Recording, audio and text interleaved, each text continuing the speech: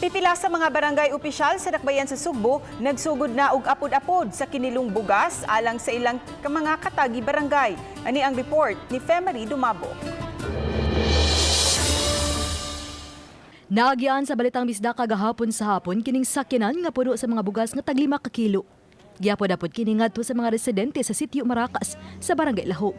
Gipasabot sa mga barangay opisyal nga giuna nila ang mga kabus kaayo ug ang mga nawagtangan og trabaho sud na sa pipila ka semana.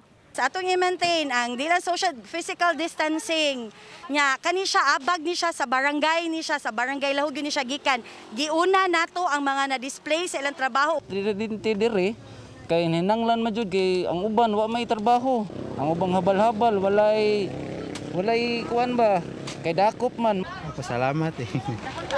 Tabang. Dakog tabang kay wala na ba tay income. Aron mapatuman ang social distancing, giato dalang kini sa mga kawani diha sa barangay ngadto sa Kabalayan. Samtang nakaapod-apod na usab sa tag 2 ka kilong karne sa manok ang mga barangay opisyal sa parel sa mga mulupyo sa ilang barangay. Nakasugod na usab og apod-apod ang barangay Banila sa Dakbayan sa Subo sa tag 5 ka kilong bugas niadtong Domingo pa.